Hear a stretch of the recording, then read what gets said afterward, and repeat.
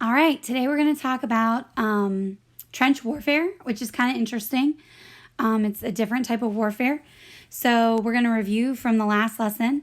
So what was the spark that started World War I and who was involved? So I hope you remember that MAIN was the acronym that we used. So militarism, alliances, imperialism, and nationalism. And then it was Archduke Ferdinand and his wife that were assassinated. And then through those alliances that were built, this country declared war on that country. So then their friend had to declare war on their friend. And then their friend had to declare war to defend that friend. And before we knew it, we were in a war. All right. So World War I is known as the Great War. So you know that it came after a period of relative peace. And then the whole world was embroiled in this giant war. So, and that included Africa and Asia as well because of the amount of colonization that occurred throughout the war based on imperialism that you learned with Mr. Turpin. So let's take a look at some trench warfare and let's talk about some stuff there. So Austria-Hungary's declaration of war against Serbia set off a chain reaction within the alliance system. The countries of Europe followed through on their pledges to support one another. As a result, nearly all of Europe soon joined what would be the largest and most destructive world war that the world had yet seen. By the mid-August in 1914, battle lines were clearly drawn. On one side, Germany and Hungary. They were known as the Central Powers because of their location in the heart of Europe. Bulgaria and the Ottoman Empire would later join the Central Powers in hopes of regaining lost territories. On the other side was Great Britain, France, and Russia, and together they were known as the Allied Powers or just the Allies. Japan later joined the Allies within weeks. Italy joined later. Italy had been a member of the Triple Alliance with Germany and Austria-Hungary. However, the Italians joined on the other side after accusing their former partners of unjustly starting the war. So if you look at it, right now, Italy is a part of the Allies, and that's going to be really different when we look at World War II. So for World War I, Italy is part of the Allies. So it's really important difference between World War I and World War II. I really like social studies. If you could give a plug in to Mr. Byland and let him know that social studies is my jam, I would totally do this full time. Anyway, back to what I'm supposed to be doing. Okay, the war. So we're talking about food, ammunition, fresh troops, mail orders. They were delivered all through trenches. So trenches are these big ditches that they dug. Okay, and they were where people went in, and you can see guys, and they're in these trenches. So, and we're going to talk more about them, but everything went through this. And it contained command posts, first aid stations, kitchens, latrines. Latrines are bathrooms. Each trench in World War I was dug in a zigzag so that no enemy fire could get more than a few yards down its length. So let's say I fire down the trench. I'm not going to be able to kill everybody down the trench because it's a zigzag pattern. Because if it's a straight line, I could just send a bomb straight down it, or I could send a missile or, anything, any kind of weapon straight down it. So instead, they dug them in a zigzag pattern so that the side of the trench would absorb whatever firepower they were using. It's kind of interesting. Not for the guys, I'm sure. Guys and gals. All right, the Sheflim Plan. Facing war on two fronts, Germany had developed a battle strategy known as the Sheflim Plan, named after its designer, General Alfred Graf von Sheflin. The plan was called for the attacking and defeating of France in the west and then rushing east to fight Russia. The Germans felt they could carry out such a plan because Russia lagged behind the rest of Europe in its railroad system, and thus it would take longer to supply its front lines. Nonetheless, speed was vital in the Sheflim Plan. German leaders knew they needed to win a quick victory over France. Early on, it appeared that Germany would do just that. By early September, German forces swept into France and reached the outskirts of Paris. A major German victory appeared just days away. Now remember, Paris is the capital of France. So if you look at it in the map, you can see that there's Germany at the top, and that's not really modern day Germany. So remember, I graduated high school in Germany, so Germany's a lot smaller now. But if you look at it, you can see that they first tried to go into France, and you can see where Paris is. And then they were going to go into Russia next. And you can see the Ukraine, and you know the Ukraine's in the news in a big way right now. So that's kind of a really important connection we can make between history, modern, and, what we're learning about right now. Anyway, back to the story. Okay, so on September 5th, however, the Allies regrouped and attacked the Germans from the northeast of Paris in the valley of the Marne River. Every available soldier was hurled into the struggle. When reinforcements were needed, more than 600 taxicabs rushed soldiers from Paris to the front. After 4 days of fighting, German generals gave in order to retreat. So it didn't work. Okay, so you've got the Sheflim Plan. Germany defeats France in 6 weeks, and then they wanted to attack Russia. But it failed because Russia mobilized quicker than they thought. So Russia got onto the plan a lot faster. And Germany met a strong resistance in Belgium. So if you look at where Belgium is, it's between France and Germany. So the Netherlands is actually, that would be like Holland. The Netherlands was actually what we would call a neutral country. So they weren't really involved. They were involved because they were there, but they weren't involved. So Germany eventually abandoned the plan. Okay, so let's talk about this next part. So now we're in a stalemate. So a stalemate is a deadlock in which neither side is able to defeat the other. So you know how when we're playing tic-tac-toe and nobody can win? That's a stalemate. Trench warfare soon became a war of attrition.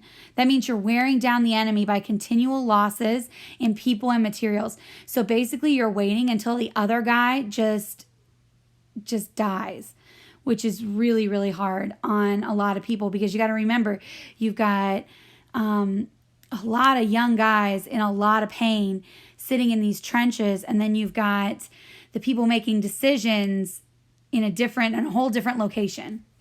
So you've got the Western Front. So in the summer of 1914, fall turned the war into a long and bloody stalemate or deadlock in the battlefields of France. This deadlocked region in northern France began to be known as the Western Front. When I was in school, we read a book called The Western Front. So both sides dug into the war. They did not know that the conflict would turn into this long and deadly stalemate. So if you look at how long this is lasting, 4 long years of this, okay? So neither side could defeat the other, and the battle lines in France would remain unchanged for 4 years. Can you imagine this is what your life is like for 4 years? We're going to talk about what some of these things looked like. So you're talking about a war of attrition. So remember, you're wearing somebody down. Nobody's winning. So now let's take a look at this. Okay, so I tried to pull this graphic off for you. It says, during World War I, heavy fighting took place on the Western Front, a 600-mile stretch from the English Channel to Switzerland. So remember, Switzerland is neutral. So troops dug trenches along the front. These trenches had to ensure the safety of the soldiers who would eat, sleep, and fight there, so they never left. Often, these trench systems were as close as 20 meters away from the enemy who they'd face across in no man's land. So nobody would cross that no man's land. Nobody would go between it. So if you look, you can see where one group would be and the next group would be. So that's like that like circly area right there. I'm trying to point with my finger, but you guys can't see it. But right above the feet picture, it says no man's land is like the bubbles where those guys are standing. Okay. When they came out to fight, many were killed. Neither side won much ground. Study the 2 diagrams of the trenches below to answer the questions. Okay. So you can see that you've got aircraft, and they can warn people where the troops are building up. So that's what they used aircraft for at the time. Barbed wire were often many meters deep. So they would put this barbed wire in. So just imagine if you ran into the barbed wire. So you're fighting and then you run into this barbed wire. The front line trench was built in a zigzag with an angular fire bays to minimize the effect of shell fire and to prevent enemy from firing down the length of the trench so that when you fire, it doesn't get everybody in it. Okay, so then they'd have support trenches. They'd have concrete blocks for machine guns. They'd use communication trenches to allow troops to talk to each other. So you can see like this very involved diagram of these almost like underground connections. Then you'd have this long-range artillery that could shoot all the way over all the trenches to get to the advancing enemy troops. So they're shooting over the trenches to get to the enemy troops. Trenches are deep dugout holes. And they were dug 15 meters below the ground. And they were well constructed to withstand the damage of shell fire. So if you look at it, you can see how they would put like sandbags and ammunition. And there was a duck board. And you can see the drainage sump where they would pump out the water. And then you'd have standing water because think about it. The rain's coming down. There's nothing over the top of these guys and gals. It's just water. Okay, so they had to have some way of getting it out. Otherwise, they'd just be standing in water. And then I've got a picture here of what they called trench foot, which was a painful condition that was caused because they would stand in cold water. And it would cause their feet to just completely dissolve, basically. And all you would have are your heel bones sticking out. It's disgusting. Okay, so now we're going to talk World War I. So the big part of World War I is the industrialization of new weapons. So modern weapons added greatly to the destructiveness of this war. Rapid-fire machine guns mowed down waves of soldiers, making it nearly impossible to advance across no man's land. Artillery allowed troops to shell enemy lines and cities more than 10 miles away. 10 miles away, that's insane. The tank was invented invented to fight against trench warfare. Poisonous gas, that's a big one, was first used by Germany, then and it caused both blindness, blisters, and death. Aircraft, they were spying behind enemy lines, and it began kind of air battles, but that wasn't really seen until World War II. Mostly it was used to see what they were doing in the trench systems. You had your submarines. The German U-boats dominated the seas. We're going to talk more about U-boats as we keep going, but submarines were a big one. The machine gun could do 100 rounds a minute. So in 1916, Britain introduced a new weapon, an armored tank mounted with machine guns. The tanks were designed to move across broken ground and through barbed wire.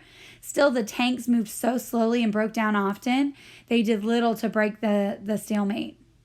In 1915, Germany began using poisonous gas that blinded or choked the victims, causing an agonizing burn and blister. Later that year, the Allies also began to use gas.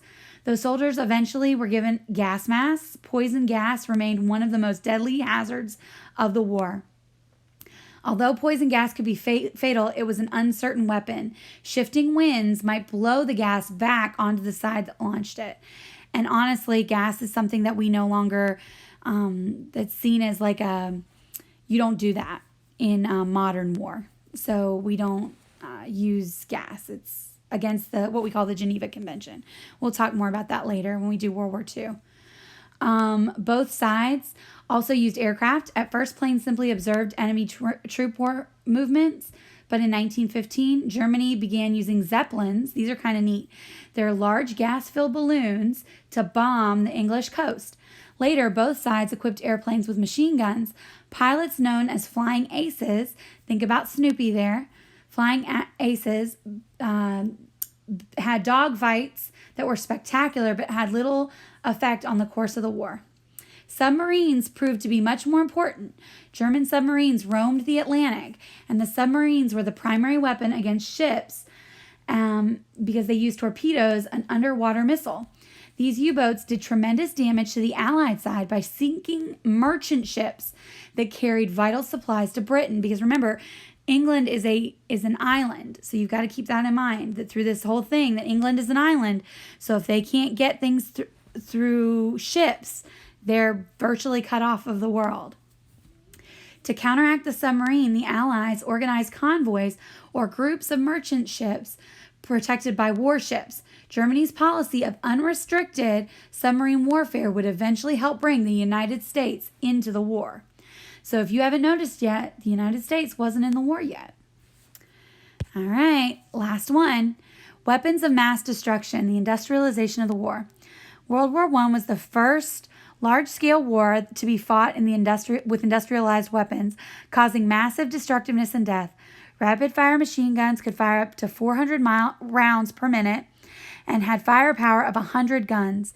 They mowed down waves of soldiers, making it almost impossible to get across no man's land. Artillery, large caliber guns, allowed troops to shell enemy lines and cities more than 10 miles away. Each shell weighed up to 900 pounds. So you can see the howitzer.